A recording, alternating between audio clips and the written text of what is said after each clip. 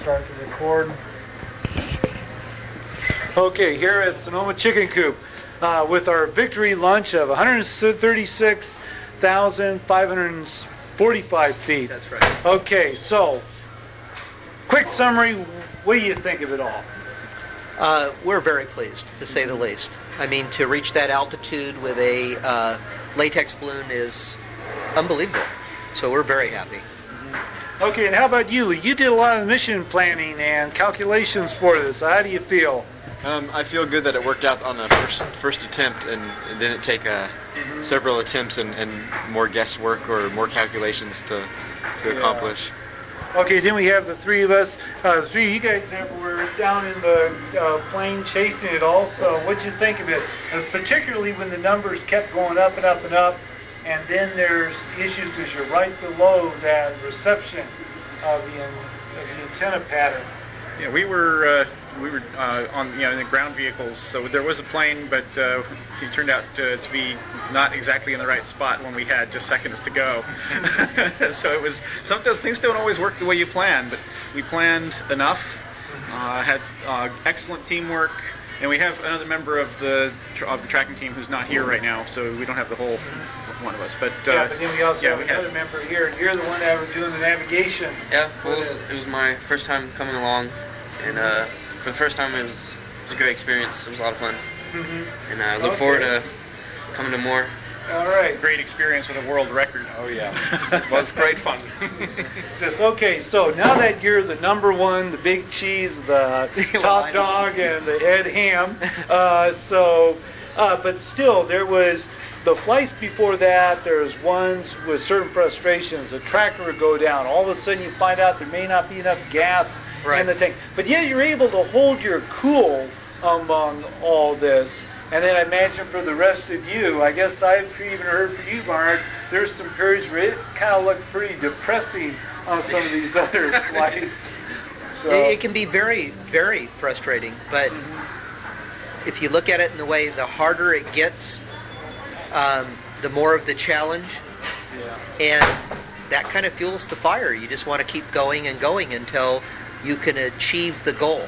Okay. And we have now achieved our goal, and we can move on to our next series of flights.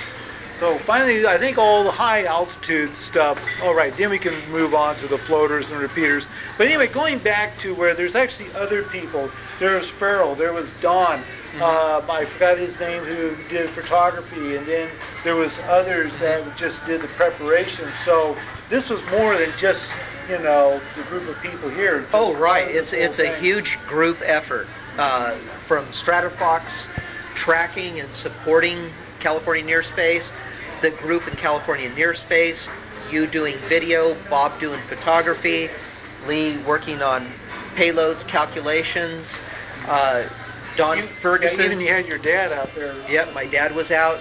Don Ferguson. When we were designing the floating arm scale, I brought the first floating arm scale over to his house.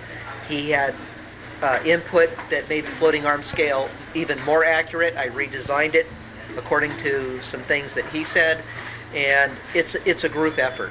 It really is a group effort. It's not any one person, it's all of us. But then there's also people you correspond on the internet. You've talked to other as well as them balloonists. too. Yeah, as well as people I talked to back on the GPSL group that have given me input that has just been invaluable. I would like to point out, though, all the times that we've done this, and we haven't given up, and Ron and Lee have been the ones there leading the whole thing all the time, and we're glad to help them, but this wouldn't have happened if they weren't spearheading each event. So let's give you some credit where it's due. Well, yeah, but it is a group effort. It's everybody. It's everybody's teams working in unison together to achieve these goals. We would not have this package back today of something. Actually, why don't you kind of show something that has been up to 136,000 feet without them being at the right place at the right time and the right expertise to retrieve the package. This is. I should tell some of the conditions where we found this. This was sitting next to somebody's pool in a backyard in Manteca, and it was a number of miles off from the original forecast estimate. And winds aloft forecasts are never perfect, so this is you use it as a guess you can start with. You know, we kept updating with where the flight was. We estimated where it was going to come down. When the transmitter failed at 136,000 feet, that was the last packet we got. Yeah. We just went there. It turns out we were within a mile, and one of our guys, Ryan, who's not here now, but he was there today. Can you open up the?